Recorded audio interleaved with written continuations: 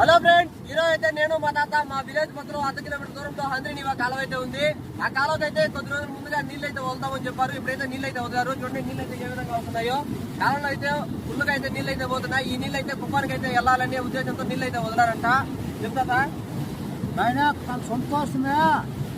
మనం పల్లెల దగ్గరలోనే కాలువ నీళ్ళేమో వదిలిన్నారు. ఏదో వదిలిన తర్వాత ప్రతి చెరువులు నింపుకుంటా వస్తే ప్రతి మనిషి మిమ్మల్ని పూల్లో పెట్టి తలుచుకుంటారు, పుణ్యాత్ములు అనుకుంటారు. అది దయచేసి పుణ్యాత్ములు మానాత్మలు వదిలినారు. చెరువులు కట్టించే పుణ్యముకుంది. ప్రతి మనిషి ప్రతి రైతు బతుక్కుంటారు. ప్రతి మానవునికి పుణ్యాత్మ నీళ్ళు వదిలినారు. చేతులు చేసుకొని బతుక్కోవచ్చునని ప్రతి మనిషి బతుక్కుంటారు స్వామి.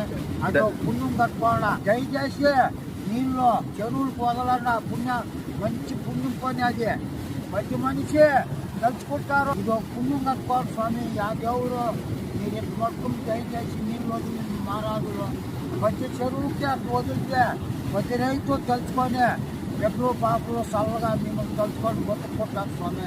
ఫైనల్ గా అయితే మా తాత కాలువలకి అయితే నీళ్ళు వదిలారు. చెరువులకు వదిలినట్టయితే చాలా బాగుంటుందని మా తాత అభిప్రాయం అయితే చెప్తున్నాడు. Thank you so much.